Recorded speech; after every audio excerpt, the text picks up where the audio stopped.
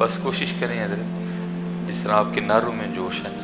اس طرح درود پڑھتے ہوئے بھی جوش لائیں ٹھیک ہے۔ اور میں کہا کرتا ہوں کہ مجھے دکھ ہوتا ہے یہ دیکھ کے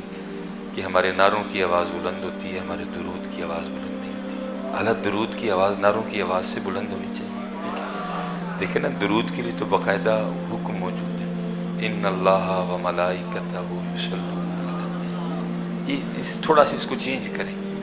نعرہ بھی ماریں لیکن کوشش کریں کہ آپ کے درود کی آواز آپ کے نعروں سے بلند ہو۔ اور میں اکثر بچوں سے کہا کرتا ہوں کہ حضرت آپ کو کیا پتہ کہ آپ کی محفلوں میں کون کون آ کے بیٹھا ہوتا ہے، ہو سکتا ہے کوئی فرانس کا جاسوس بھی بیٹھا ہو،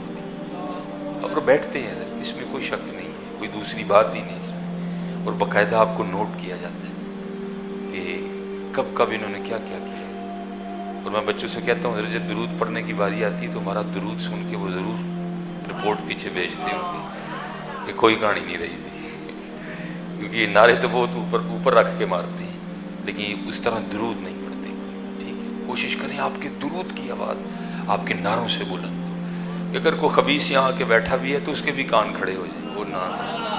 جب بات حضور کی ہو تو پھر یہ کوئی کمپرومائز نہیں کرتے ٹھیک ہے۔ کیونکہ آپ کے اکثر و بیشتر جو نعرے ہوتے ہیں اس میں تو یہاں پیچھے کو نقیب کی چھوڑی ہوئی شرلی ہوتی ہے